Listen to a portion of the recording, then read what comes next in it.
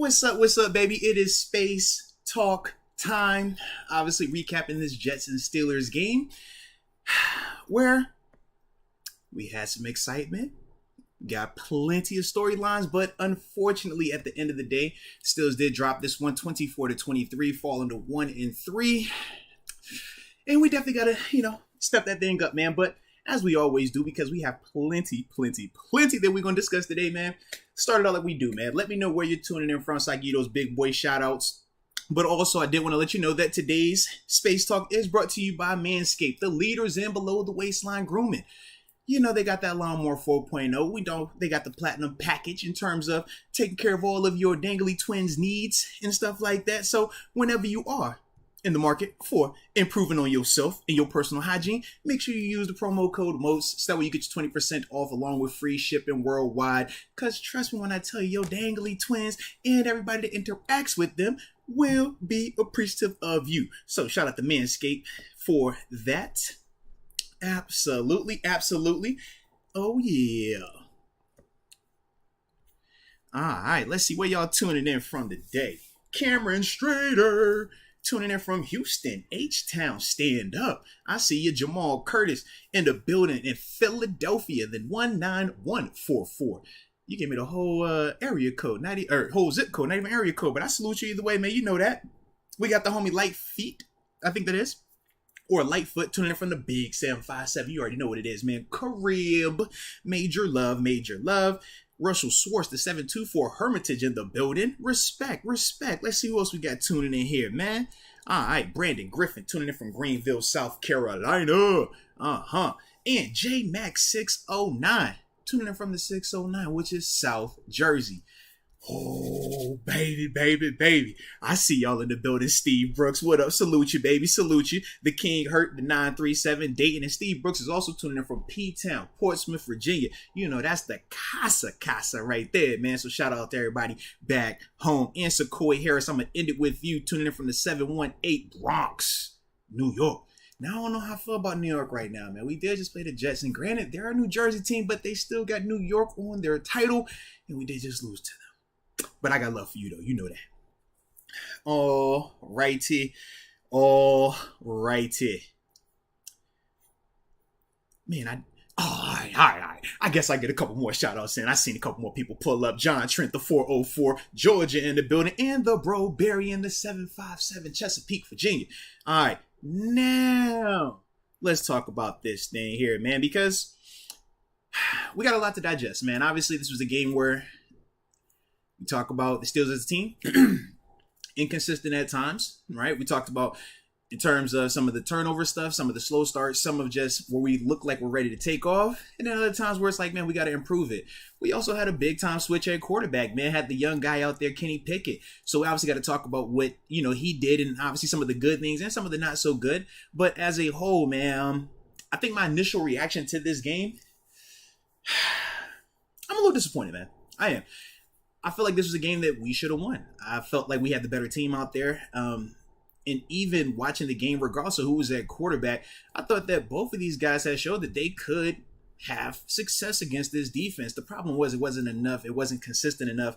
And, just some of these costly turnovers that we had obviously later in the game and stuff like that. But initially, like I said, I just thought that this is one that we should have got out of there, even with how the game was flowing, right? Obviously, we talk about how the Jets were able to come out, jump to the 10-0 lead and stuff like that. And part of that was on us offensively, man. We needed to do more. We had a couple of plays. Obviously, Mitchell's hitting some nice passes early on, but the consistency was not there. And I would have loved for that to be a touchdown in the second quarter to pass to Deontay Johnson, but unfortunately it wasn't. And we saw how everything kind of played out there, but it did feel, and I was in stadium for the first half, so you could feel the energy or the lack thereof. And it was before Mitch even had went out there, man. Honestly, when the game first kicked off, it was literally no energy in the building, man. It was craziness. But I will say that I did feel the energy pick up, obviously, when Kenny got out there, which was good. We talk about the energy part. Absolutely, man. We needed something because at that point, man, it was just really still, really stagnant. So I did like that. Now, it'd be interesting to see, what this looks like going forward because I don't see Coach Tomlin pulling back Kenny now that we've seen him out there, and obviously he did some good stuff you got to clean up, but as a whole I think that you're going to keep building upon this. So that's the part where I want to see now with the full week of preparation, hopefully, unless we get some new information from Coach Tomlin. I want to see, what that looks like for him, man. But even when we're talking about, those two guys in particular, Kenny versus Mitch, when we're talking about Kenny, man, I thought that when you talk about him coming out there and controlling the environment, early on, he definitely did that. Now, they were protecting him. Matt Canada, it wasn't a lot of him throwing the ball early on in his game. It was when he got out there, he was handing that ball to Najee. We saw him do the QB sneak. Then, obviously, when we had the pick by Minka, who put on a heck of a performance as well today, from there, he was obviously able to go ahead and punch it in. But you could feel the energy. And that was something that, obviously, when you're talking about the commentary, when you're talking about the energy in the stands, that part was very real. And that was because of Kenny being out there. Now, from there, once they started to open it up a little bit more for him, I thought that early on he was still doing some good stuff. I like the connection I'm seeing between George Pickens and Kenny Pickett. Obviously, that carries over from the training camp time frame and then some of the preseason action and stuff like that. But they got a nice little back shoulder connection that was starting to just show a little bit more in stadium. And Kenny was hitting some nice throws. Obviously, the big throw that a lot of people are going to talk about was the one to Pat Frymouth. We can talk about the first interception from Kenny in terms of the throw to Chase Claypool. If you hate the decision of him throwing it, whatever, obviously I'm looking at it on the All-22 and stuff like that, but we can obviously debate that one. But the second one was the one to Pat Frymouth. That's the throw you just can't make. And that's a part of being a rookie, though. And that's the part when we're seeing the difference between the two quarterbacks. You think about their styles. With Kenny, it's exciting, but at the same time, because he is young, you're going to have some of those highs and lows when you're talking about turnovers. Now, the third one, I'm not about to put a whole bunch into that just because it was the last play of the game, so to speak, in the sense of you're throwing the Hail Mary up. So anything can happen in that vein. But to me, it was more so the second pick for Kenny that kind of like stood out to me as like just a rookie decision, a bad decision. But that is something that he's going to have to improve upon.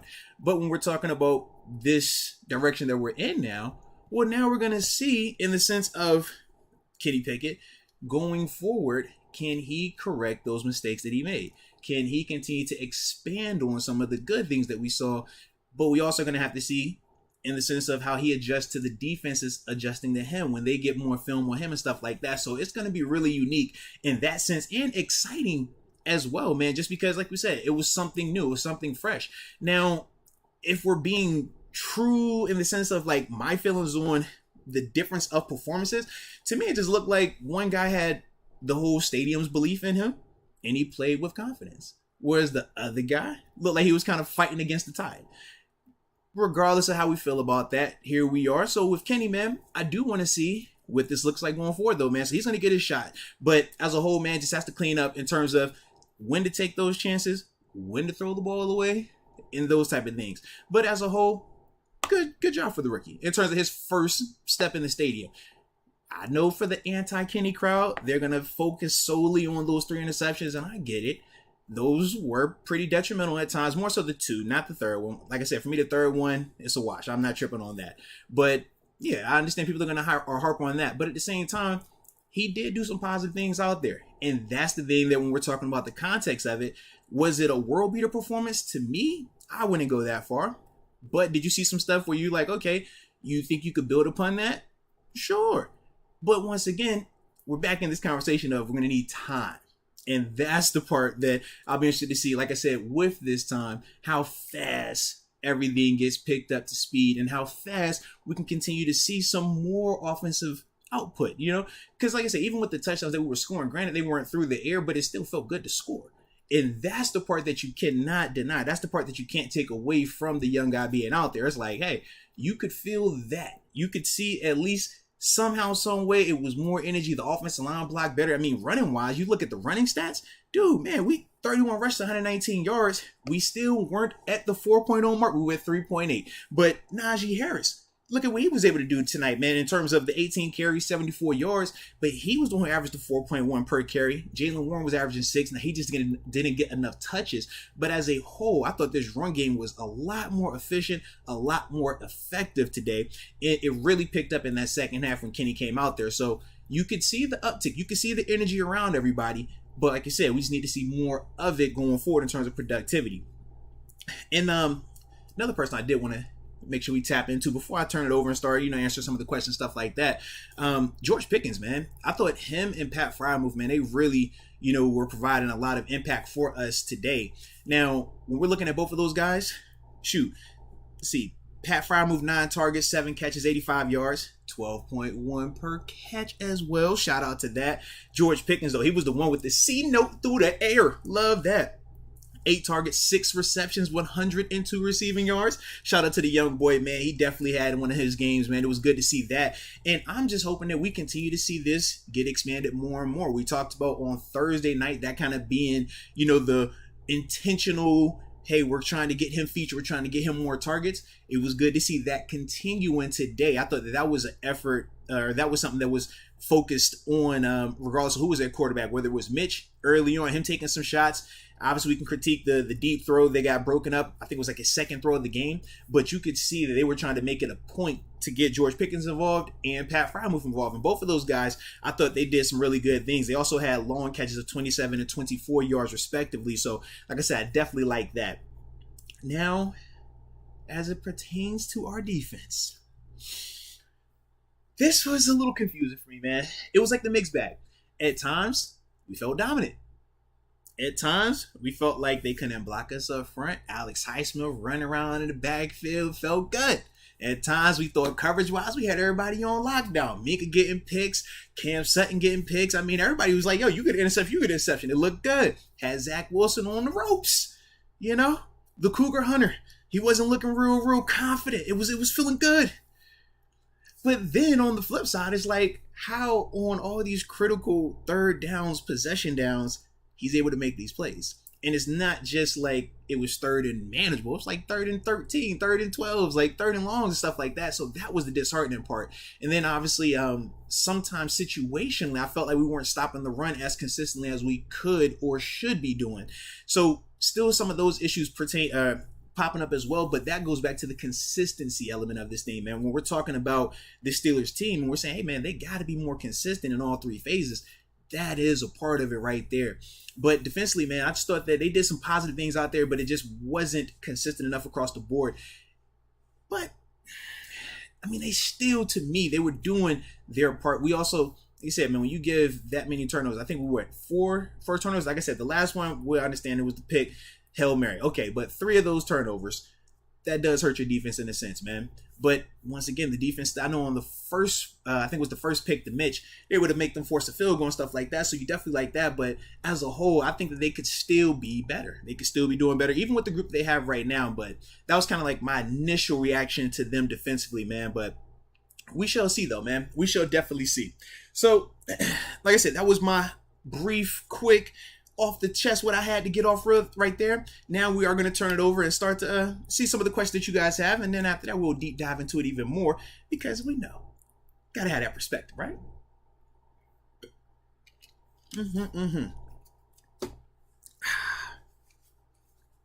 And before I dive into these questions that are popping up, and shout out to everybody that is here as well, greatly appreciate you. But for everybody that is here, make sure you go ahead and like the stream as well. If you have not subscribed, make sure you subscribe and hit that notification bell, por favor. Alrighty. So, starting out with my man Q. He says, the only consistent thing on the team is its inconsistency. Yeah, I mean, that showed up multiple times today across the board in all 3 phases. Whether we're talking about gaining possession on punt returns, not putting the ball on the ground, whether we're talking about not kicking the ball out of bounds on a kickoff, whether we're talking about protecting the ball on offense, whether we're talking about communication on defense, not having timely penalties. It was just a lot of that going on. I mean, at times, in that second quarter, it was just like bad football, man. Between the penalties on both sides and stuff like that. But when you talk about both of these teams, and we said this kind of going into this matchup, we said, man, they're very similar in the sense, but with both of these teams, the inconsistencies and sometimes the turnovers hurt them. And that's why the turnover matchup was, or the turnover margin was part of the 5-star matches that we talked about on Friday. Because, man, with teams like this, you can't have a lot of negativity that's self-inflicted. You can't do that because just right now, offensively, defensively, we're missing pieces. We're not as consistent or not as efficient of where we would want to be. So when you fall behind or you lose possessions, you put yourself in these type of situations right here. But yeah, the inconsistency, it has to, we have to start dialing that back, man, if we want to turn this thing around in a timely fashion. Now, it's still early. If we're being real, we're 1-3 right now. This is the first quarter of the season. It's not like teams don't come out of these holes and stuff like that. But the way to come out of it is by being more consistent in all three phases. And that's something that we just got to continue to get better at. We're seeing steps, we're seeing growth, but we need to expedite it. That's all. Matthew Gisner, he says, just getting in behind enemy lines, unhappy. Yeah, I can only imagine, man. I can only imagine for all of us Steelers fans that are behind enemy lines. Y'all stay fighting. Y'all hold on. All right, y'all hold on. We're going to bounce back soon enough, but we got to get a dub in here very soon. Whew. Cameron Strader, he says, I asked the question last week involving TJ and Kenny. Glad the answer was Kenny. Unfortunate L, but only up from here with all that energy he brings. Yeah, I mean, if you're talking about the energy, yeah, the energy was definitely there. I'm glad that if that's what it takes to get the fan base back cheering on the guys in the stadium, great. Because for a fact, that first half, man, it was dead, like embarrassingly dead. Like, yo, where are the Steelers fans that dead? That's not cool. All right, so if it takes Kenny being out there for people to cheer, great.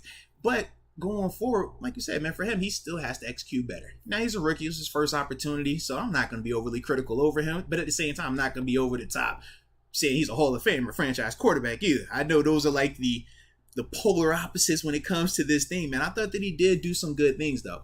But once again, we will see what it looks like now that he's going to have a full week, unless Coach Tomlin says otherwise. But he should have a full week of preparation. But in the flip side, that other team is going to have a full week of preparation on him as well. So we will see. But like I said, man, it was good to at least get energy in the building because we need that. All right, Farron Bradford. He says the defense failed us. All there is to it. Minka thought twice on the first red zone pass. We had the right play call with him in cover one. Our inside linebackers did not play well enough in the pass due to the lack of adjustments staff. Man, you bring up some good points there. Obviously, I'm not going to go crazy about it because once again, we have to check the tape so you can get full context of what coverage is being played. There's no point in bashing a guy if that's not even his responsibility, but that's part of the tape part. But yeah, initial reactions, I thought even with the LBs, some of the stuff that I was seeing from the tight end Uzama, some of that was zone related. Now, I know the one big pass they hit, I think was in the second quarter. That was blown coverage by the inside linebackers, just eyes in the backfield. So yeah, part of that was that as well. But yeah, like I said, I want to check the tape a little bit more on them because I did like some of the stuff I saw in terms of them flying around. But yes, it was definitely something happening with that pass coverage that was not what we wanted it to be, man. So yeah, we're definitely gonna check that out. But going back to Minka though, man, come on now. I mean, my dude, you feel his impact. You see what he's on, man. You see what he's on. All right. Official momentum. Literally like the beginning of last season. Yeah. It's similar, man. But this isn't just a Pittsburgh issue, right? This is something that does happen globally, man. When you're talking about coming back and you're going to have new changes. You're going to have new changes at big positions like quarterback. Yeah. You're going to have some of this up and down at the early portions of the season because everybody's trying to figure it out. New young coordinator, he's trying to figure it out. New pieces on defense. Everybody's trying to get gelled. So yeah, just like last season, it's going to be a little bit rocky. But remember how the season ended for us. Still went into that postseason. Now, granted, we didn't get the job done in the postseason, but we still were able to get there. So that was also a part of it. So not always about how you start. As we already know this thing, you got to get high. You got to keep building up and going forward, man. All right. Lou Bo. Shout out to Lou Bo. He says, Moats, tell me, what's the definition of a pro-ready quarterback? I mean, technically, that was a pro-ready quarterback. Remember? That's what everybody said, man.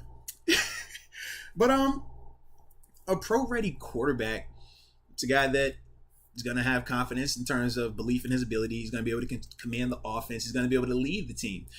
Pro-ready is also going to be a guy that makes good decisions. A guy that's not going to be too high or too low based on what they do well or struggle with. They're able to kind of keep that even kill. They're still going to show emotion. Don't get that wrong or don't get it twisted. But in the sense of like when you think of like how Baker Mayfield would get at times, like he would have some success, but then it would get too crazy for him, right? That's the type of stuff we're talking about. And then you don't want to be the reverse, which is like a Jay Cutler, where nothing kind of was able to get him going and stuff like that. So when we talk about that pro ready element, you're trying to find that common spot right in the middle and stuff like that. But you also have to remember, whenever you're looking at young quarterbacks, inconsistency is largely a part of their game. So to me, pro ready is a lot of that, but then also you got to see, just as the game goes on, as these games go on, can they protect the ball? Because that to me becomes more of a bigger issue with young players than per se your veteran players. Ball security, when you can take a chance, knowing how good your arm is or how not good it is. Those are some of the things that, when you're talking about that pro ready element, that's how it kind of goes in from my perspective. But yeah, it's multifaceted, man. It's a lot that goes into that. All right. Ivan Victor. What's up, Ivan? How are you doing today? Hope you're living your best life, baby. Let's get it. Despite the expected rookie mistakes, I feel Kenny brought equal to and more than what Mitch gave us. Yeah, well, that's going to all be a matter of perspective. Like I said, man, when you're playing in a stadium where no energy is in there, it felt like we were still watching COVID football going on. It's going to be hard to do anything. But then, yeah, when you get a guy that can come out there and people are going nuts, yeah, it's going to feel better. So I can understand your perception for that. But you also have to remember, some of the first plays that they were going crazy on in terms of in the stadium, it was 3 handoffs to Najee and him going forward on 4th and 1, just getting 1 yard. And people were like, yo, this is the franchise quarterback. That's the extreme part that we're talking about. So with that, it's like, yes, he brought energy, but we also have to understand in terms of, are we going crazy just because of Kenny? Or we're going crazy because of what he's doing out there in terms of actually leading us and looking like a franchise quarterback. Now, everybody's going to have their difference of opinions on that, but that's just some of the context when we're talking about the energy that he brings in contrast to a Mitch Trubisky. I say this every time, CDs, 86. He says, we are what our record is, but dang, we're just not good. I want to say not good, but it depends on, how you want to word it. If that's what you want to, phrase it as, that's fine. We also know that this is week to week. You win next week, you're no longer saying they're not good. You're saying that, hey, man, we're turning the corner. You win again. Oh, man, now we got it going. So it's early. Chill. We all right, baby. We all right. But we do have to pick it up. It's not something that you can continue on saying, not at all. But in the sense of, are we a good team? Are we not a good team? I don't think this is not a good team. This is a good team. This is an inconsistent team. That to me is the biggest difference of what we're feeling right now. Because when you watch this game for 4 quarters, whether it's first half or second half, Mitch Trubisky or Kenny Pickett at quarterback, all the pieces out there, it was like, man, we all left stuff out there on the table. Receivers left stuff on the table, right? The O-line at time left stuff on the table. The defense, we talk about the mixed reviews with them. They left stuff on the table, and then we highlighted some of the stuff with special teams. Boz hitting a 59-yarder, a monster of a kick. But then we talk about some of the shortcomings that they had on special teams. So once again, man, this is a consistency issue. It's not necessarily us being good or not good. It's just us not executing and playing to our full potential every single chance we get. And that is what you have to deal with right now. But hopefully we get that thing, where it needs to be sooner rather than later. All right. Take me a sip.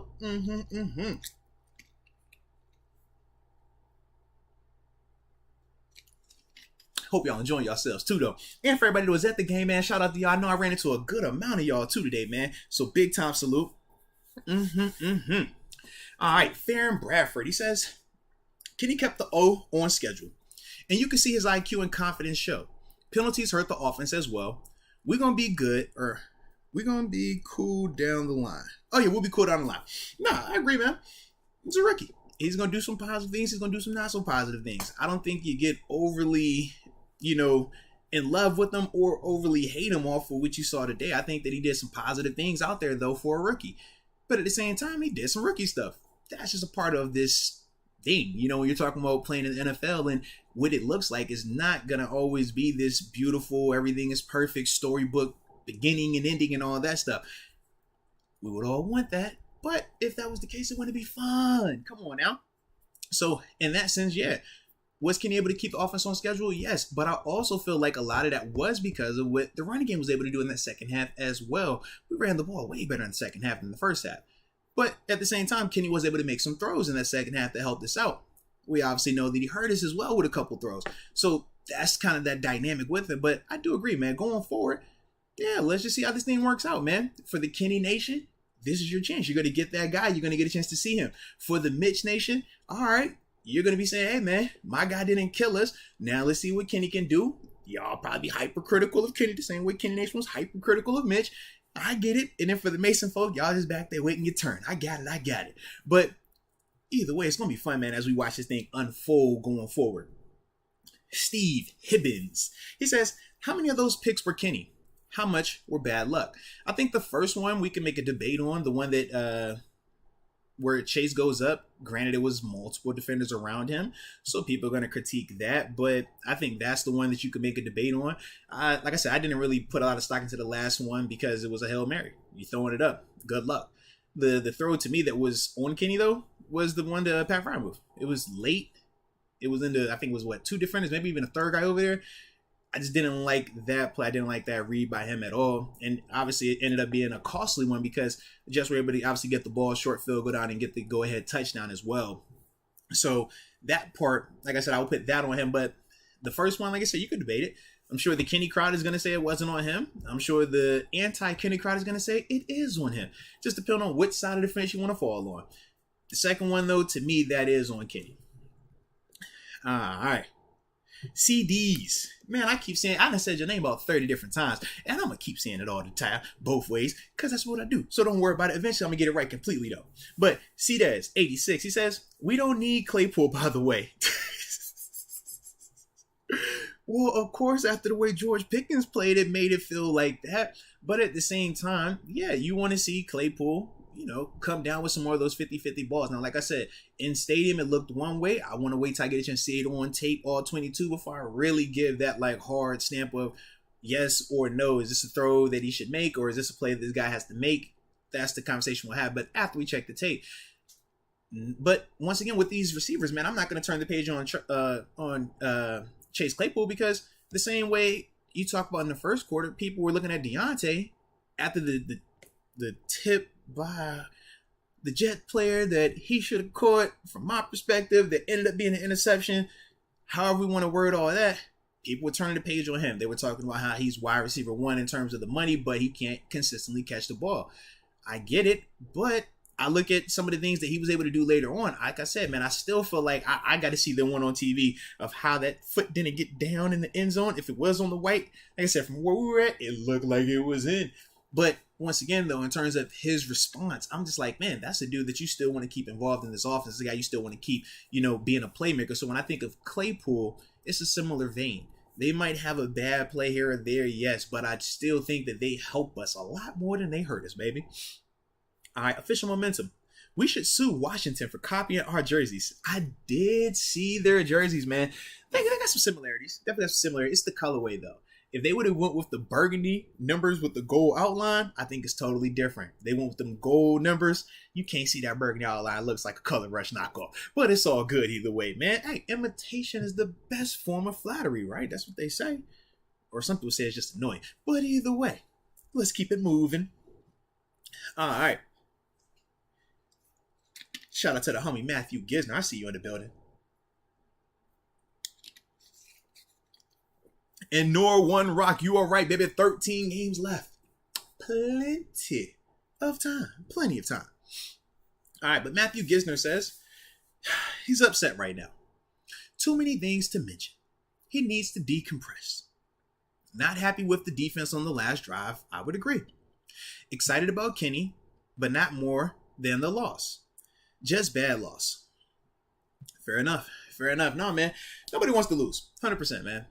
And it's sickening when you lose to teams that you should beat.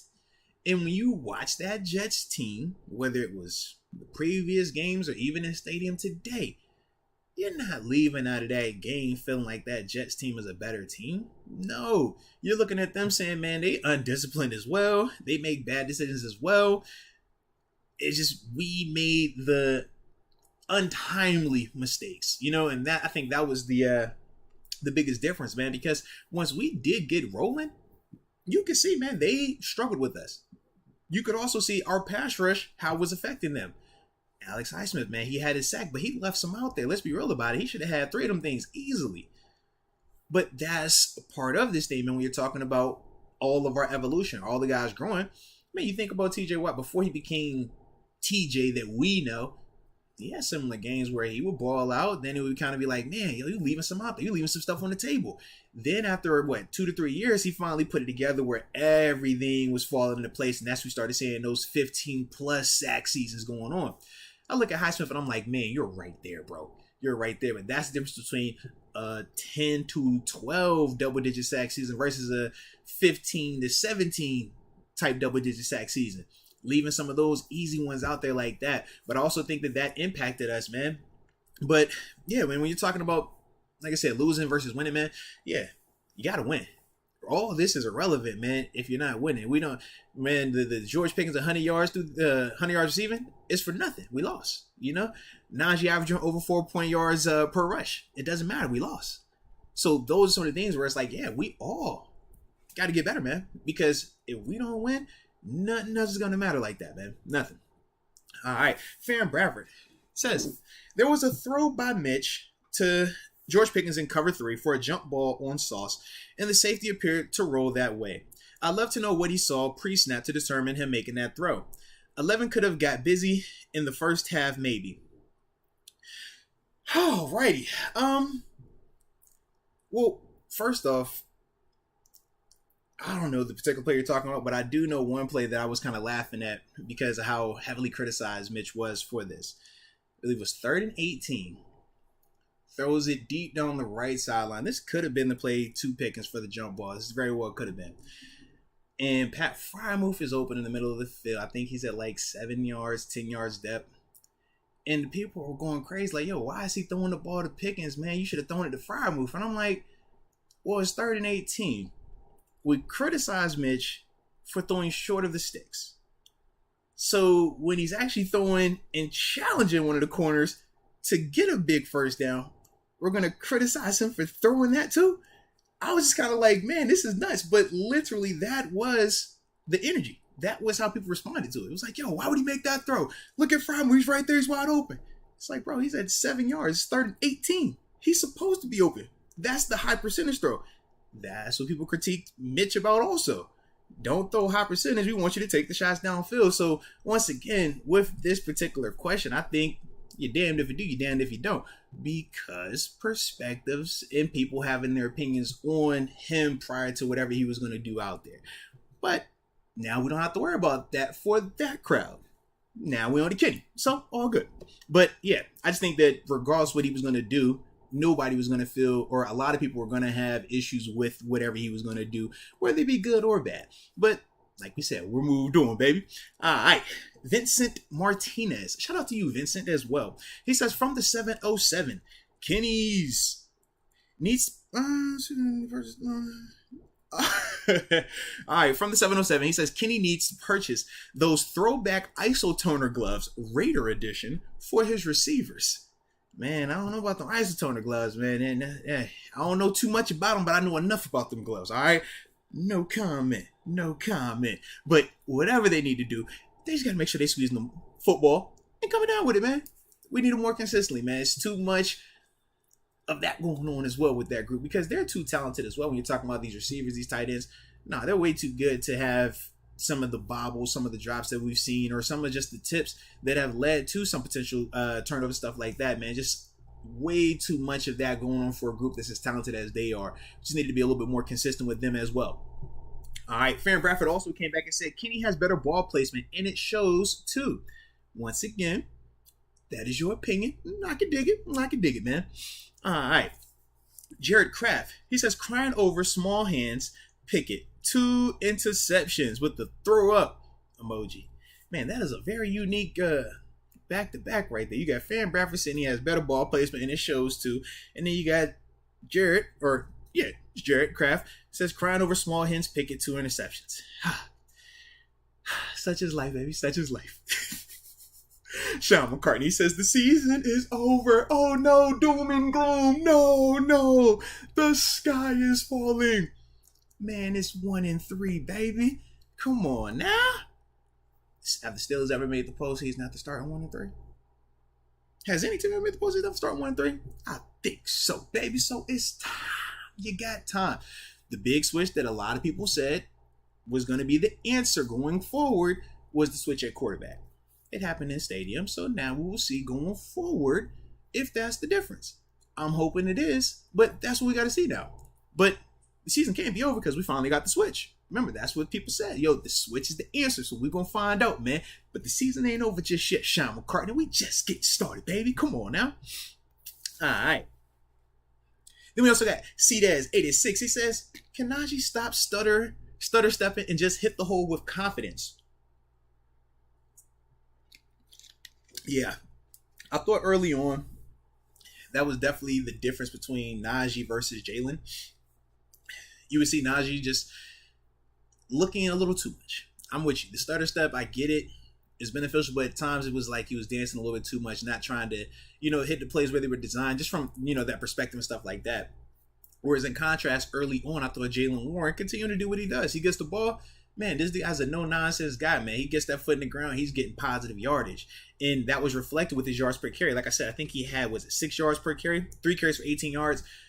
I wanted him to get more, but it was just one of them things, man. The flow didn't really allow for that. And Najee did finally start to pick it up and start to just run and less of the stutter stepping and stuff like that. But yeah, man, Jalen Warren continues to look impressive, man. He definitely does, man. And I'm hoping for Najee because I do feel like part of the Najee stuff is like we talked about in the with some of the podcasts, man. Him missing the amount of time he missed in terms of practice reps in the preseason, it was going to take him some time. But the other part is like, man, I don't know if he's still not trusting the offensive line or if he's just trying to do a little bit too much, but he does have to get better in that vein, man. I don't know if, like I said, if it's one of those things where you just tell him, hey, dial it back a little bit. Every play isn't going to be a 10-yard or a 10-plus yard run. Some plays, man, it's designed for you to pick up 4. Put your foot in the ground and get the 4. And those are some of the conversations that I think that, Coach Faulkner and stuff like that will have with Najee, man, because you see the difference with Jalen. I think he understands that and he's not trying to do too much. He's not trying to be special. He's just playing. Whereas with Najee, it's like he's trying to do over and above, and it's causing him to just not be as effective as he should be. But that's one of them things when you're talking about young players, you talk about players that miss some time and stuff like that. This is a part of them growing. This is part of them improving. So with Najee, man, I do anticipate him picking it up and getting that thing under control. But Jalen Warren is definitely starting to turn some heads, man. Like I said, I'm really impressed with what I'm seeing with him. And he's actually holding on to the ball. Once again, that's his big knock, ball security. So it was good to see that part from him as well, man. All right. Sean McCartney also, chat jumped on me. Give me a second. All right. Where are you?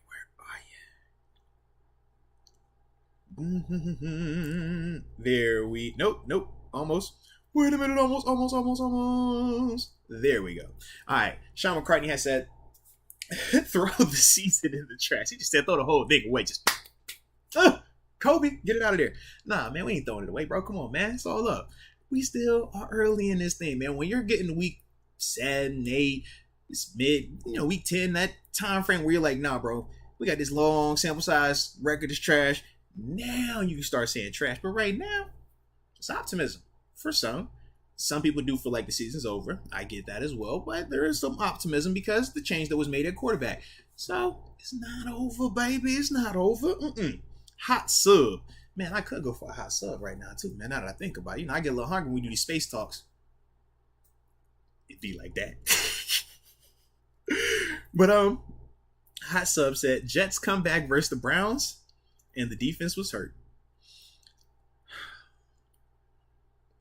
I mean, I'm not really sure what you're trying to say here, but yeah, they did come back versus the Browns, and that was crazy with the Joe Flacco and the recovered onside kick, and then obviously them being able to come back in this game, turnover at the end of the game. That was the big difference, man. They were able to get that. That gave them the short field, and then they were able to go ahead and punch it in, man, and get some momentum back in that sense. Because for a while in that second half, man, they looked really stagnant, man. They couldn't get out their own way. When they would make plays, they would have penalties, but yeah, it's one of them things, man. We had the unfortunate turnover, man, that kind of gave them that opportunity at the end of it. All right, Skydiving Heck. What up, Skydiving Heck? He says, Malik Reed. Oh, Lord. I knew I was going to see this. Malik Reed got locked up all game by fourth string right tackles. I'd rather see DeMarvin Leal.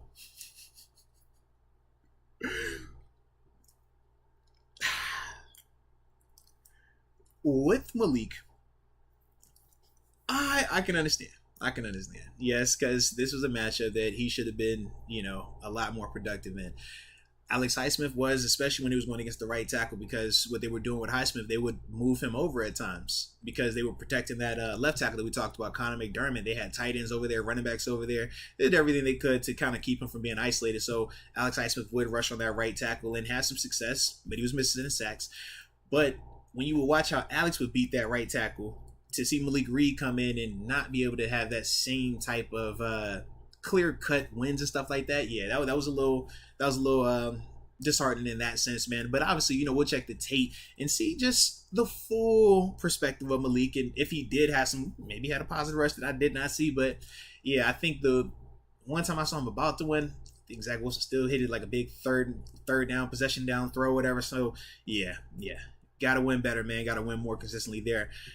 But in terms of DeMarvin Leal playing out there, once again, I want to see DeMarvin on the field, but I don't want to see him rushing as a 5 technique against tackles in the NFL. That's not, what he's designed to do. At this level, he's designed to rush on guards, be more interior. It's kind of like Cam Hayward. Cam Hayward rushing on a guard or a center, man, he looks dominant. You put Cam Hayward out there on a tackle, can he win? Yes. But he's not the same type of player out there as he is inside. And that's the same way I feel kind of with DeMarvin Leal. All right. R. Barley 18.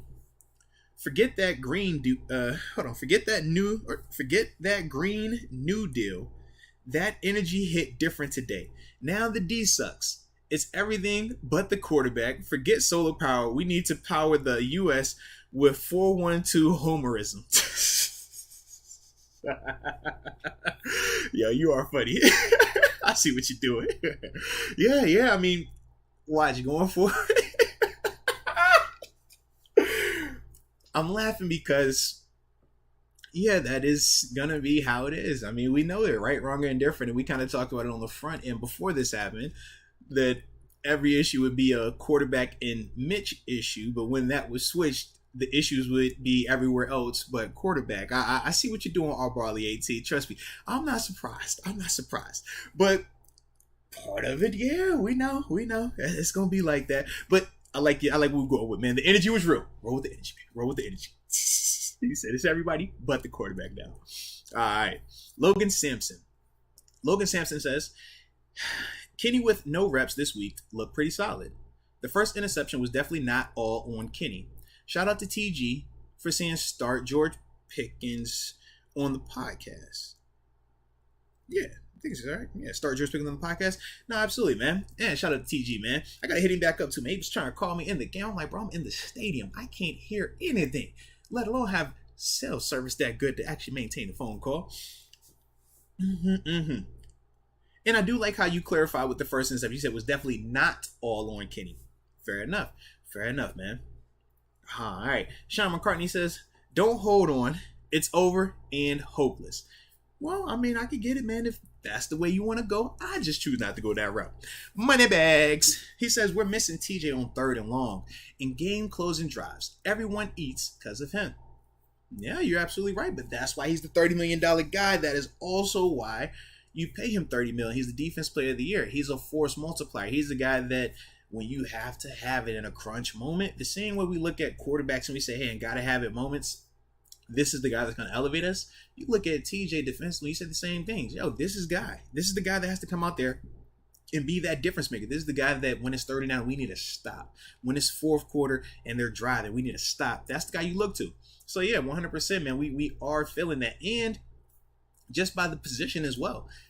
Minka's an impact player, Cam Hayward's an impact player, but by position, it's not as easy for them to consistently have the impact that TJ Watt can have as that outside rusher. So once again, man, when you're talking about the impact of TJ and the impact of his position, man, that's why we feel like that at times on defense, man, 100%. Sean McCartney also says, I see the Steelers going 1-16. Hey, fair enough, fair enough. How much would you put on that though?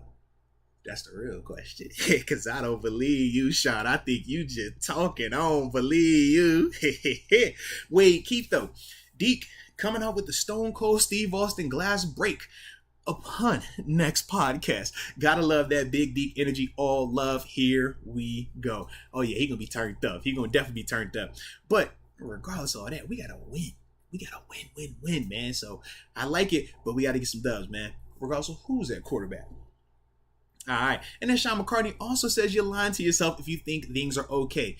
Don't trust the Steelers. They are done and out. How can you not trust the organization that has 6 Lombardis? And then for everybody that's been under Coach Tomlin's time frame, only knows winning. But, to each their own.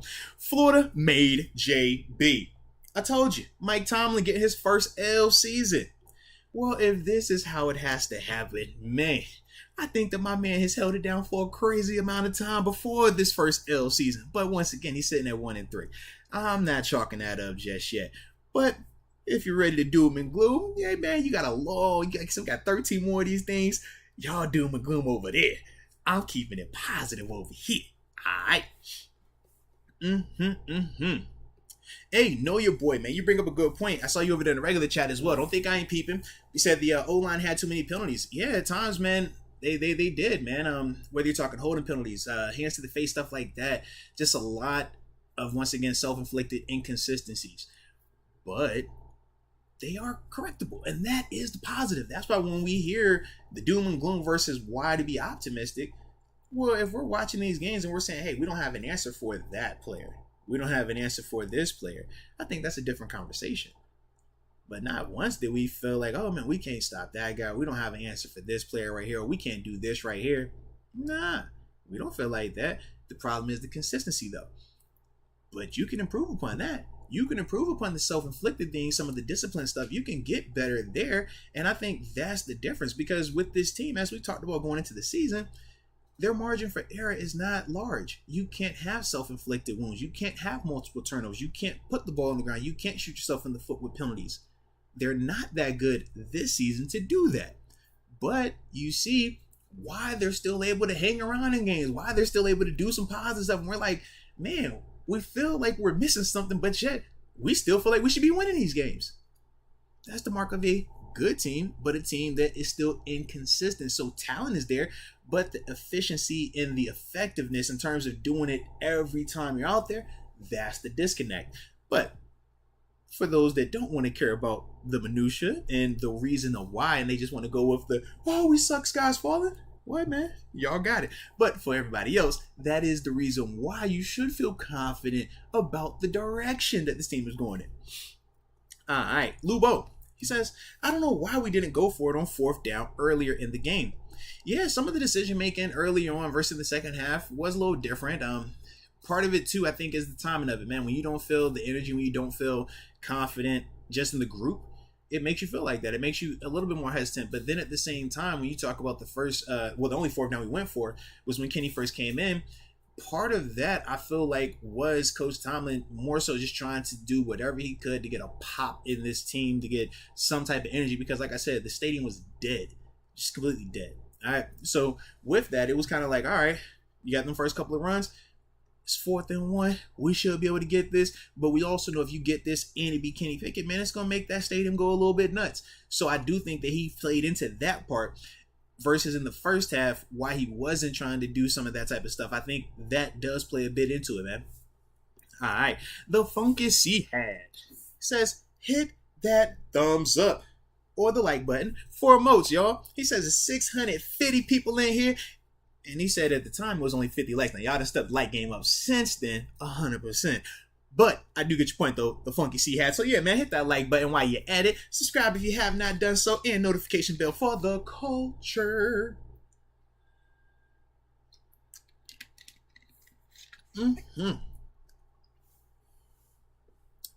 Yes. Man, this is fun, man. I ain't gonna lie, man. I like kicking it with y'all after the post game like this, baby. Sean McCartney Says draft a whole team and change the franchise at this point. So embarrassed to be a Steelers fan. This isn't a team. You're selling fake hope and optimism. Yeah, some people might say you a fake fan the way you talking, baby, but to each their own. All good. Black Lavender. This L hurts more because one of the Jets players is destroying someone I was involved with. Hey, yo. All right. I gotta read this one. I gotta go back to this one. Okay. Black Lavender. I'm gonna give you all the energy on this one. So Black Lavender says, this L hurts more because one of the Jets players is destroying someone I was involved with in college doing their OTAs. Hey Alexa, play Marvin's Room. Jesus. Yeah, I can understand, man. That probably does suck a lot. But hopefully for you, Black and Lavender, you're on to better things, all right? Just keep going forward, man. Just keep going forward, all right? Hey, if she with the Jets player, man, just let her have it, all right? Just let her have it. But for you just keep on going forward, man. Positive thoughts. Just positive thoughts. But, man, that's tough. Russell Swartz. He says, when will Tomlin be smart and fire Canada? Because his calls suck. Well, there's no point in firing him right now because we're already in the season. And we already said, man, when you fire a coordinator in season, man, that causes a ton of chaos. But also, we got the young quarterback in there now, Kenny Pickett. So we can't just say that Canada sucks off of just 2 quarters of Kenny Pickett. No, we got to see what it looks like with a whole week of preparation and game planning for Kenny Pickett. That's the part, so we'll see, man. But I can understand why you could feel that way towards Matt Canada. I get it. But to me, this still isn't a one-person issue. Regardless of who you want to switch or not switch, regardless of who you want fired or not fired, in 2022, the Steelers are not a one-person fix, a one-move fix. TJ coming back isn't going to miraculously fix everything. Firing Matt Canada today isn't going to miraculously fix anything. And as we saw today, switching out Mitch Trubisky for Kenny Pickett did not change in the sense of wins and losses because it was never solely a Mitch issue. This team is inconsistent. They have good players, they have good pieces, and at times we make good things happen. But the consistency across the board from this team right now just isn't there. And that's why we keep losing some of these close matchups where it's like, man, how do we not get out of that Patriots game? How do we not get out of this game today? It's on us. It was nothing that either one of them teams did so special, so spectacular where we're like, bro, how do we stop that? Nah. So when you're thinking of where we should be versus where we currently are, and we're looking at the context of it, that's not a that team is better, that team is better. That's a, we got to do this better, we got to handle that better, and we got to handle that better. And when we start doing that more consistently, and at times in this game, we saw it happening. When we were able to come back, obviously take the lead, we saw that. We could feel that. But then the inconsistencies from our team as a whole started to pop back up. We turn it over. Defensively, that last drive, we kind of allowed the Jets to really just milk the clock. I'm thinking to myself when they first took over, I'm like, okay, man, they're going to play it safe. They're going to try to just, play for the tie, go into overtime and see what happens. They had took the penalty. Remember, I think it made it the 1st and 20 after they had picked up the first down to get in the field goal range. So it was like, okay, yeah, they just going to play it safe right here. But then it's like for us defensively, what do we start doing? We start acting like we don't know what we're doing. We don't know how to tackle, we don't know how to cover, we don't know how to do anything. And they literally marched the ball all the way downfield, scored with 16 seconds left on the clock? That's the type of stuff where it's like, as a whole, this is an inconsistent team. We're not going to act like Minka Fitzpatrick isn't a dog. We're not going to act like Cam Hayward isn't a dog. Alex Highsmith isn't a dog. Cam Sutton's still going out there balling out. We're not going to act like that's not happening. But when you're talking about consistency, that is the difference. I need it for 4 quarters. Can't be situationally. Oh, I'm going to do it for the first 2 plays of this quarter. All right, I'm going to take some plays off. All right, I'll do it for this drive, but not that drive. That's what this team is right now. All right. Matthew Gisner, he says, I don't know if it was Trubisky or Kenny. Oh, he says, I don't care if it was Trubisky or Kenny. We should have won second half. I'm blaming the D. D got to be better. Nah, fair enough, man. D definitely has to be better, man. All right.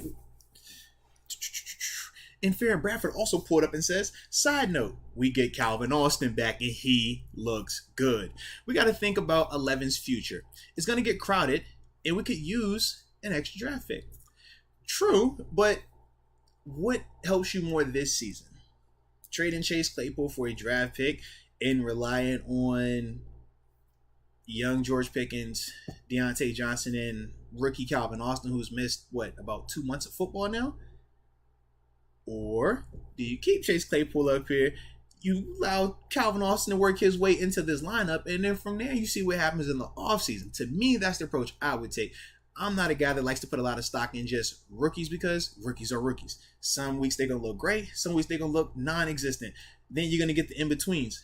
I don't want to bet the house on rookies. So when you're talking about moving on from Claypool for a Calvin Austin, I'm just kind of like, at this stage, I'm not comfortable with that. Because Calvin missed a lot of time. A lot of time.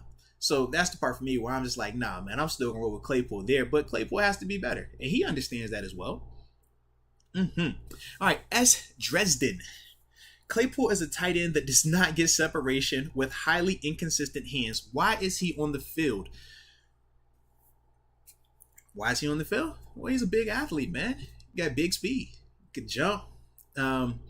Typically, you want him to catch more of those, but that's some of the things that he's been struggling with. But that's not new. Let's not act like that just started happening this season. We've been seeing this. That's been a part of his game in terms of the inconsistencies with the 50-50 balls. And that's what we're really excited about George Pickens, because he is a natural hands catcher who catches a lot more of those 50-50 balls than a Chase Claypool. But Chase is still a good player in the sense that, man, whether you're talking his run blocking, which we know was a big thing that was highlighted from him coming to this team, we know he's the jet sweep guy. Shout out to actually the fact, who was that? Gunner.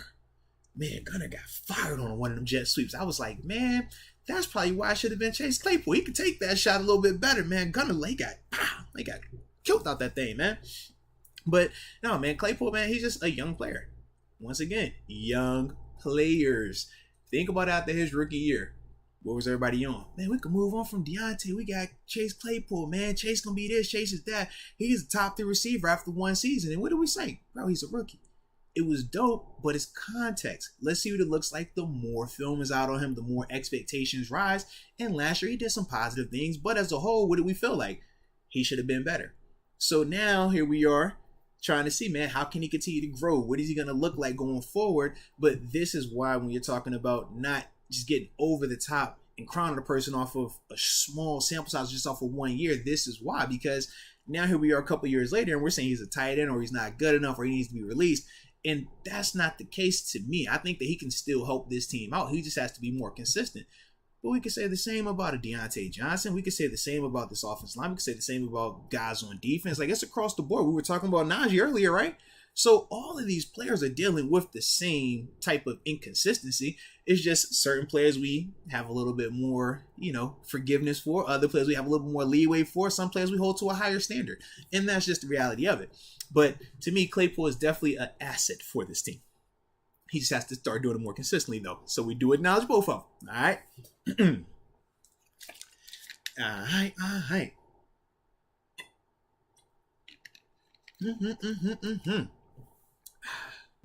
Skydiving heck. The Jets guy was 5'9", Moats. How can't Claypool get the ball? Remember when they compared him to Megatron before we drafted him? With the crying, laughing emoji. Yeah, and then y'all tried to give him the Megatron name. Y'all called him Mapletron. Yeah, I remember all that. Yeah, and I get it, man. Do you want him to come down with those 50-50 balls more consistently? Yes. But is this the first time we've ever had this conversation about Chase Claypool and 50-50 balls? No. This is not the first time. It's not the first season. It's not going to be the last time, nor the last season of us having these conversations. That's just something with his game that he has to continue to work on. Now, we all can see that. We acknowledge it. I know him as a professional. He acknowledges it. But we got to start seeing it more consistently in stadium. Very similar to Deontay Johnson. Remember, it was a time where people were like, yo, Deontay Johnson can't catch. And then we saw him go in the lab last offseason, really improve his hands to the point where, man, he looked good, really good. Pro Bowl receiver last year. Made himself a good amount of money this offseason, right? But now we need to see that same level of urgency, that same level of consistency with his hands pop back up. Because right now, even with him, it's been a little too inconsistent. All right. Oh, and here we go. Got my man Sean McCartney. Are we positive this time? I'm worried about Kenny. Where are the new Browns? Nope, still negative. All right, fair enough, baby. But respect, though. Respect, like I said, it's all perspective, baby. It's all perspective. As long as you're tuning in, I think that's all that matters, though, right? Let's go. All right, PJ, he says, need to trade for a number one cornerback and an offensive lineman. Well, we were without Ahkello Witherspoon, so we knew that was going to be different in the sense of just personnel-wise, right? Somebody's going to get that new opportunity. Now, some people wanted that. Others weren't as happy about that, but to each their own. Levi Wise got his chance. And, yeah, I'm going to watch the tape a little bit more, but my initial thoughts and feelings on him were he has to be better. Yeah, I definitely think he does. But as a whole, man, I thought that the receivers also were doing some good things. Elijah Moore and Garrett Wilson. You watch them in stadium, them dudes is legit. I mean, Garrett Wilson was drafted the way he was for a reason. We know there's nothing new about him. But I did think that that was one of those times where you could see the pedigree kind of affecting us. Because our secondary, minus Minka and Edmonds, we don't have a ton of high pedigree guys in terms of first round draft picks, top 10 picks, stuff like that. Whereas the guys that we're facing, yeah, these are a little bit high pedigree guys, man. When you talk about Elijah Moore, obviously Garrett Wilson being a top pick, yeah, it's going to be different in that vein. But I don't know, man. When we're talking about making another trade or making a move for a number one corner, I'm just asking myself, like, how are we, like, what's the direction? Are we trying to change from the model that we've done in Pittsburgh, which is what? Heavy draft, heavy building within, and the occasional mid-tier free agent signing. We don't really break the bank, right? Now, of late, we started doing a little bit more spending there, but we still like to keep it all in-house. We like to stick with the people that we're building with. But the reason I asked that is because, obviously, the Rams, they are the flip side of that, right? Where they're going to make whatever move possible to get whatever name so they can have this name at corner, this name at D-line, this guy at safety, this guy at this position. Not a lot of continuity there, right? And you're heavy risk reward, you're heavy dependent on those particular players balling out. When they do, great. But when they struggle, you see the impact. My question to you is just, which version do you want? Granted, the Rams just won a Super Bowl, right? But when you're talking about the sustained success and stuff like that, that's the part to see. Can that model last the same way that the Steelers model has been lasting? So, long answer short, for me, I'm not trying to trade for a number one corner or a high pedigree offensive lineman right now, just because it's like, man, in this context that we're in, what are we trying to do here? Do we think that that's the missing piece for us to go ahead and win a championship this year? Because if it is, different conversation. I personally don't think we're one corner away or one offensive lineman away, so I wouldn't want to mortgage our future in terms of giving up first round draft picks, because you're not getting number one corners and number one offensive lineman without giving up some substantial draft capital along with the contracts that these guys are going to already be under or potentially want. So to me, man, it's just a lot more that kind of goes into that. But I do understand your thought process, though. I definitely do. Just logistically right now, I don't think the timing makes the most sense for us, man. All right. Ivan Victor says, from what you've seen, who do we move forward with, Kenny or Mitch? And can we get a film review of what you saw from them? I mean, to me right now, you have to go with Kenny going forward just because you made the switch. When you make that type of switch, right, wrong, and different, whether it was fan pressure, whether it's you wanted some energy in the stadium, whether you were disappointed at Mitch or you just wanted to say, hey, I want to see the young guy go out there, you can't turn back to Mitch right now. Nah, you got to roll with Kenny. You make your bed, now we're going to lay in it. Whether it's a good bed or not so good bed, this is where we're at right now. You just can't turn that back. That's kind of my energy with it. So we're going to see from Kenny what this looks like. Now, in terms of a film review, sure, man, I'll definitely drop one of those, man, for both of these dudes. But I feel like that's going to be one of the ones where everybody and their mother has a film review opinion on Kenny and Mitch. And we already know how it's going to go. For the Kenny crowd, every negative wiped under the rug because it's Kenny. For the Mitch crowd, it's going to be the opposite of that. We get it. So, it's one of them things, man. But either way, man, We ain't tripping. So all good. Oh, but we did have a big dog comment just pull up, so we got to stop the show. Shout out to my man Staying Main 21 coming in, showing some significant contributions, significant support, so I definitely appreciate you for that. But he says, excited for the Steelers moving forward as long as Kenny is in. DeMonte Casey coming back, TJ Watt coming back. Defense has been playing well enough for Kenny Pickett to come in. Stoked to see him for 4 quarters. Now, I love the energy Staying, man. And this is a part of it, man. When you're talking about why you make a move like that, yeah, man, when you're needing some energy, when you're needing to just see something different, man, this makes sense. And I'm with you. I want to see for 4 quarters. I want to see what that looks like, man. A full week of preparation and just going forward. How long does it take for him to get up to speed? How long does it take for him to kind of turn that thing going and get comfortable out there? But yeah, man, I'm with you, man. The excitement should be there. And when you're talking about some of those pieces coming back, yeah, as a team, we're going to be more healthy as well. I'm just hoping as this thing continues to go forward, and I do anticipate it going in this direction, that we continue to become more consistent. Once we start doing that, I think we'll start getting more W's as well, because there's no reason why we shouldn't have won more of these games in these first 4 weeks. But when we talk about some of the looking in-house, it's like, yeah, man, we were too inconsistent in all 3 phases in some of these games. But going forward, that has to start getting trimmed down, man, because we are getting to that point of the season where, yeah, we got to start winning. And that's where we want to be. So let's go ahead and make it happen, baby. All righty. Sports and entertainment for truckers. Shout out to Sports and Entertainment for Truckers, by the way. That's a dope little name right there, man. He says, can we also be honest and say another reason we lost is because we failed to be run heavy after we were up 20-10. Come on, the game was in our hands if we ran. I mean, you bring up a point there, but at the same time, people didn't want to be run heavy. We wanted to kind of expand it. And you also have to remember too, man, we were kind of in that sense where the momentum was back on our side. Now, we were moving the ball, and some of us getting up was with the run, was with, them leaning a little bit more on Najee Harris, stuff like that. But I just think that in that particular part of the game when they were up 20-10, Coach Tom was trying to be aggressive. You want to, whether you're Coach Tom or you're Matt Canada, you want to be aggressive. You need another score.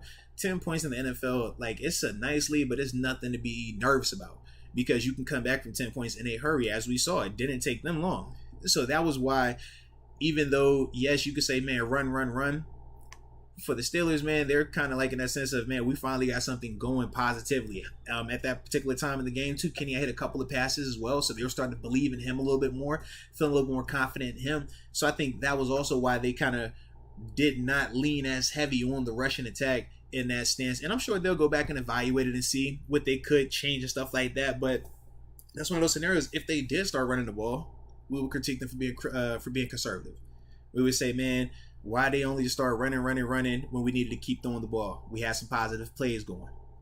So that's kind of the gift and the curse of this dynamic right now.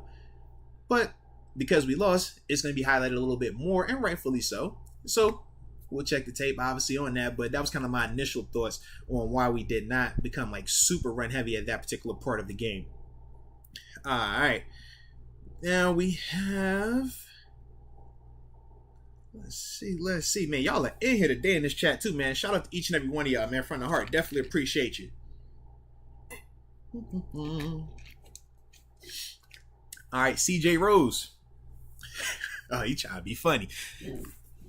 CJ Rose says Kenny completed every throw. He was 10 of 13 with 3 interceptions with the crying emoji. CJ Rose, you wrong for that, man. Come on, baby. Why you trying to mess with Kenny Nation? That's right. Don't mess with Kenny Nation like that, man. Let them. He was 10 for 13. You don't talk about them 3 interceptions. Leave him alone. Leave him alone, all right? He's a kid. Yeah. Sean McCartney.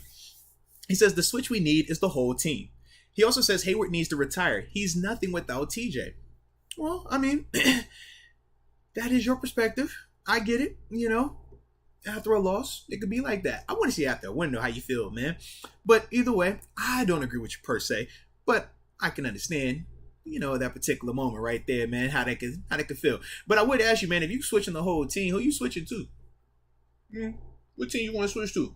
Oh, I want to know, because I'm about to find out, is you really a really fan, or is you like one of them knockoff fans, man? Because that would have seemed like, man, you switching teams and everything, man. What's going on with you, baby? Huh? Don't you shy away now, Sean McCartney. I'm looking for which team you want us to switch to. You know what I'm saying? Which roster you want, or something like that. Because, yeah, you switching the whole team. I needs to know. All right. And then CJ Rose also says, gotta laugh the pain off. Feel bad for Mitch. Yeah, lost in the shuffle is Mitch. Once again, when you talk about his performance today, you see the improvement in terms of taking the shots now, feel more intentional. I get that. You see some of the struggles, right? Whether you're talking about him potentially holding on to the ball too long, right? I know people were pretty pissed off about the third and 4 years of throwing it 3 yards to Jaylen Warren. People gonna go crazy about that. I get it. But yeah, with Mitch, man, I don't think he was playing to a point where he needed to get pulled or nothing like that. But if that's what Coach Tomlin thought was best for the team, man, I'm one of them dudes, as you've heard me say plenty of times, I trust in Coach Tomlin. If he thinks that Mitch was the guy, I'm trusting him as Mitch. If he thinks that it's Kenny Pickett in this particular game for that second half, now sure, I'm gonna roll with Coach Tomlin on that. But yeah, man, it does suck for Mitch, but he's a professional. It's not his first rodeo. He understands that, hey, regardless of fairness or not, he has to play better. He has to play more consistent. That's the theme with this team, man. And he just happens to play at one of those spotlight positions that we know it's under fire, man. When you're replacing Ben Roethlisberger, we want to see what that looks like. Are you good enough for that? When you have a first-round draft pick following you as well, oh yeah, that's going to also be a part of it. But Mitch knew that. Mitch understands that. So, like I said, you feel sorry for him, you feel bad for him, I get it. But at the end of the day, Mitch is a professional, and he hopefully will bounce back whenever he gets another opportunity. Because that's the other part of this thing. It is a long season. So you can't just, if you're Mitch, be like, yo, F it, I'm out. Nah, because what happens if Kenny gets hurt next week? What happens if Kenny, absolutely has a just horrendous performance next week? They'll be calling right back on Mitch. Hey, Mitch, man, get ready. So that's a part of the thing as a professional, that it does not matter. All right? If you're the starter or if they pull you, your preparation has to be the same. You have to always prepare like you're going to be the guy, because you truly never know. All right. Mike Hood says, I can't believe we slumped down and talk about Najee. Come on, man. The D has to get better. Love the look early, but we have to be able to stop tight ends. Last week Browns, this week Jets, run open. Yeah, but once again, we're not minimizing anybody's accountability in this thing. And I think that's the part where, when it's multiple people that need to be better, it's easy for people at times to just point to that side or just that side. Whereas what we try to do here, man, is just talk about all of it. Because each player in each phase of this game played a role in today. They played a role into where we are in this season. Regardless of how much you want to acknowledge it or not, that's just the reality of it. So for me, man, I just try to, give us that understanding. But I'm not going to not talk about that guy because we're only going to focus on this guy. And I'm not going to talk about this because we're only going to focus on that. Nah, I don't care about the narratives, man. I just like to report to, what I see. That's all. So that's where we at with this thing, man. Black Lavender. He says Malik Reed is literally dog pee. Jeez, man. I understand. We gotta see more.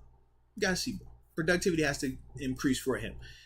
You can't keep getting close. You have to get home. You have to win those. That's the truth of it, man. That's the reality of it. But I'm not about to sit here and say that he's a dog pee and all that other stuff, man. Like, yeah, just think about this in the context. And I don't even know why, but I'm going to entertain it. If Malik is this terrible player, I'm just trying to figure out, like, you know what? I'm leaving it alone. Okay. That's your opinion. All good. Dak J. Oh, you got the crazy name with the bully bars. But either way, salute you, baby. Appreciate you. You know I got love for you, man. And then Lou Ball says, Juju was a bust. Second round, should have went O-line. Pickett was a wasted pick. Should have went D-line. 97 is older. Ride with Mitch. If we fail, get Bryce Young.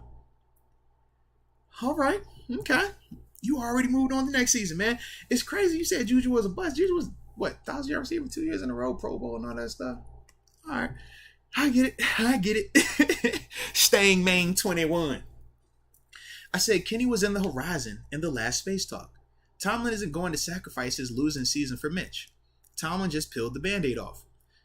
Hey man, however we want to slice that thing up, we are here now. So I'm hoping that, hey, if it is Kenny that is the guy that is the answer going forward, man, let's do it. Let's get behind him. But this is also part of the reason why when it was Mitch, you also heard me say, hey, it doesn't matter who's at quarterback, I'm supporting them. Because if they play well, this team plays well and this team wins. Not let's boo this guy. Let's not have any energy in the stadium because it's this guy, solely because we just want to see this guy more. Not that we don't like this guy, we just want to see him more. That's where for me, y'all would lose me, baby. But hopefully now, going forward, everybody can be on the same page and not pick and choose who we want to root for within Steeler Nation. Like, that was kind of weird, but all right. And then Bully Bars also pulled up and said, Davis dropped pass before Brees scored. The Corey Davis dropped touchdown pass before Brees scored? Sure. I'm not sure what you're referring to, though, in the sense of, yeah, like, I'm not sure 100%, man. I would obviously have to go back on tape to give you some more analysis on it, but yeah. All right, and then Sean McCartney says, because not going that way pays the bills. I'm not even sure what that means, but either way, Sean McCartney, you know I got love for you either way, baby. All right. Now we got Lou Bow. He says, I feel like Kenny is letting the crowd get him hype, thinking he's in his 6th year of college. But it's not going to be like that. He's not playing Syracuse and Georgia Tech. Dan Moore is done. Man. Regardless of if Kenny plays into the crowd or not, him having the support of the team, him having the support of the fan base is going to help him out.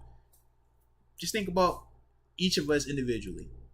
Whether you're talking about yourselves when you play sports or yourselves in the workplace or even when you were in school.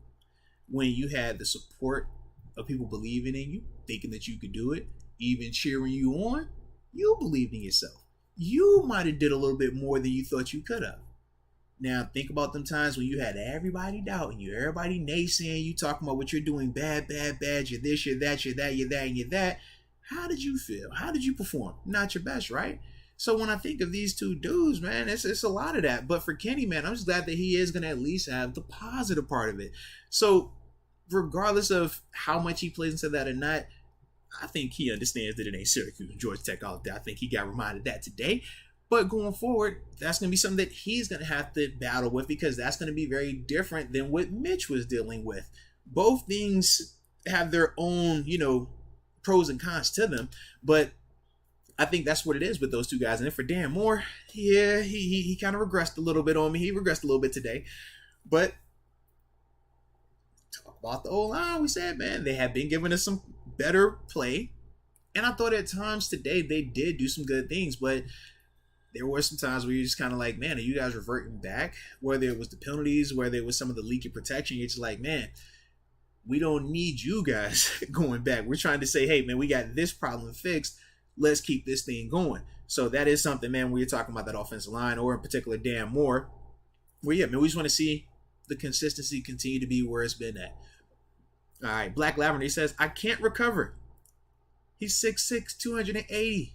The walls are gone. Whew. I catch what you just said right there, man. I catch what you say. Well, hey, man, just, it don't always have to be physical. Sometimes it could just be emotional, all right? But either way, man, that's a tough situation you in right now, bro. But just stay positive, man. It's all good, man. You got the juice.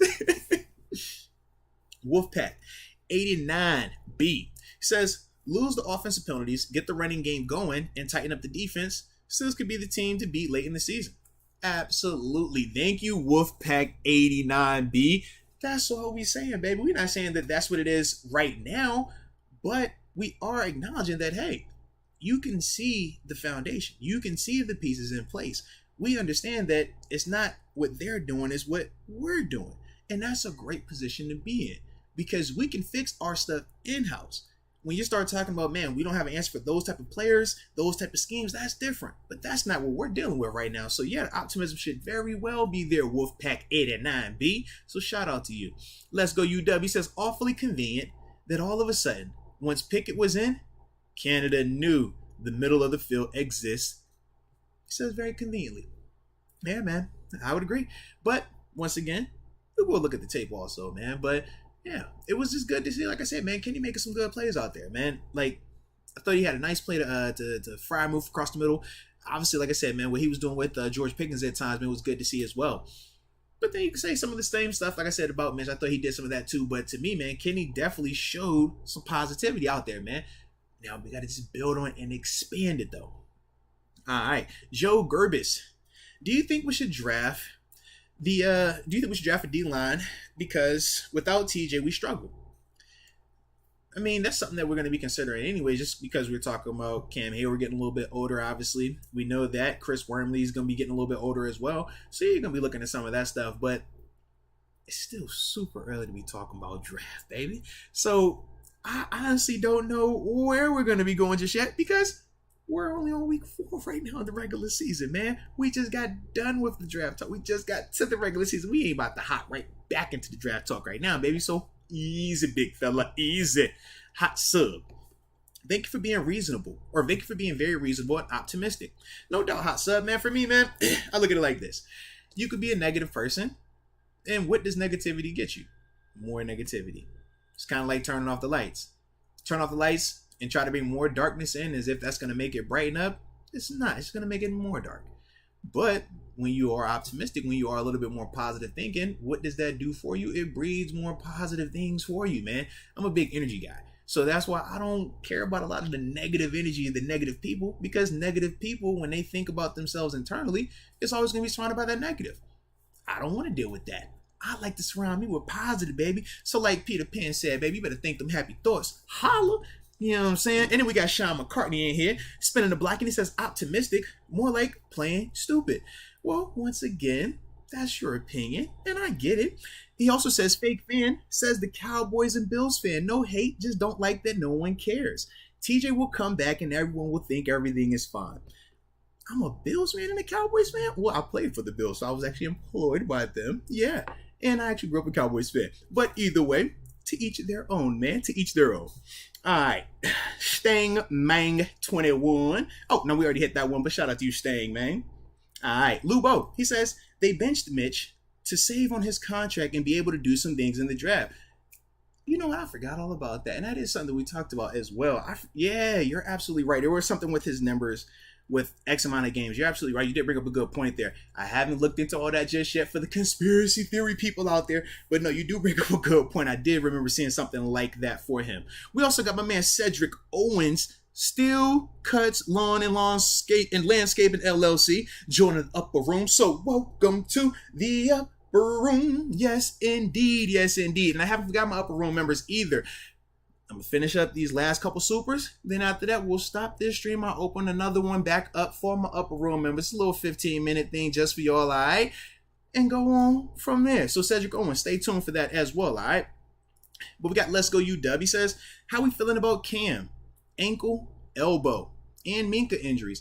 Nah, man, we had some of them guys get banged up a little bit, so to speak, man. But at the same time, they were able to come back and finish the game. Now, we'll see how significant those injuries were, but to me, man, I think that, just at the surface level, can't be too significant because both of those guys were able to come back out there. So that was good. Lubo also says, I would have got Juju in the second round, knowing our O-line was getting older. I feel like you said you would have got him. I feel like our old problem started years ago. Maybe you meant to say I would not. Oh, yeah, there you came back. I see it now. I would not have drafted Juju in the second round. Yeah, I mean, everybody's going to have their opinion on the timing of it. I would also say this. Nobody expected David DeCastro, Marquise Pouncey, Ramon Foster, and Alejandro Villanueva to all be gone within 2 years of each other. I think that's the other concept that we kind of forget. When you're talking about drafting a guy and you're saying, hey, man, this offensive line's about to slow down, that's not accurate. Think about when we drafted Juju and what the offensive line was when we drafted him. Our offensive line wasn't slowing down then. They didn't slow down the following year either. We're talking about something that took place 2-3 years after Juju got here. I'm not putting that on the Steelers not drafting Juju and should have drafted offensive line, because no offensive line that we would have drafted at that time was going to come in here and we would have been happy about them replacing the guys we had. We felt very confident in our offensive line during that time frame. But now, as we went years past that, of course, when we go back, we're trying to circle certain things. Say, oh, this was it, that was it. But to me, I don't think that was the case, man. I really think that it was just how fast you lose 4 of your starting 5 offensive linemen. You said two retire, another guy you cut because he's banged up in terms of David DeCastro, and then Al, same concept, right? He starts to get old and banged up looking as well. But it was just how fast the drop off was quick. It wasn't supposed to be like that. They weren't supposed to lose Pouncey DeCastro at the same time. Nah. But that's what ended up happening. So that's why I do think that was a large part of this thing. Then we got Brent Fox. He says, jumped in real late. Have we already discussed how we can build this team to a respectable contender in the next 2 to 3 years?